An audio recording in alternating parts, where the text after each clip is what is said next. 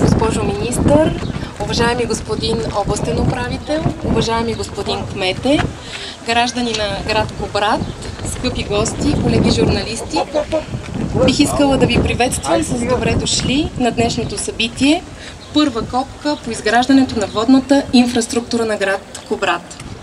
Проектът се финансира от Оперативна програма Околна среда 2007-2013 година.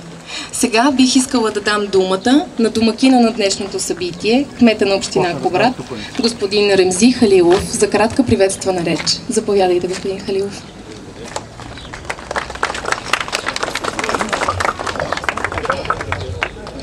Уважаема госпожо министър, уважаеми господин областен управител, уважаеми гости, жители на град Кубрат.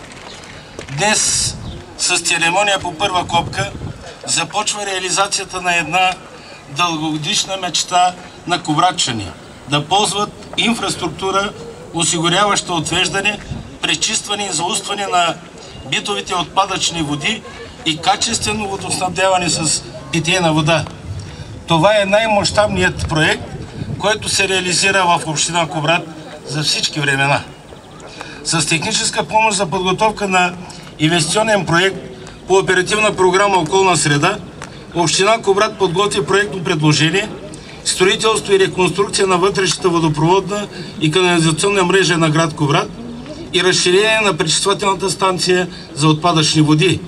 И след одобряване на доклада за оценка от управляващия орган на оперативната програма, сключи договор за безвъзмездна финансова помощ, осигурена от Кохезионния фонд на Европейския съюз и от държавния бюджет на Република България, чрез оперативната програма Околна среда 2007-2013 46 милиона.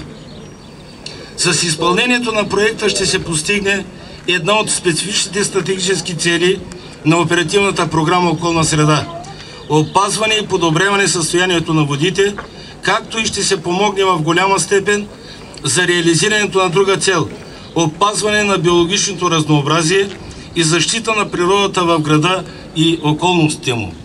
Постигането на такава формулирана обща цел ще се осъществи посредством реализиране на следните специфични цели на проекта. Първо, разширение на пречиствателната станция за отпадъчни води. Второ, изграждане на канализационната инфраструктура в град Кубрат. Трето,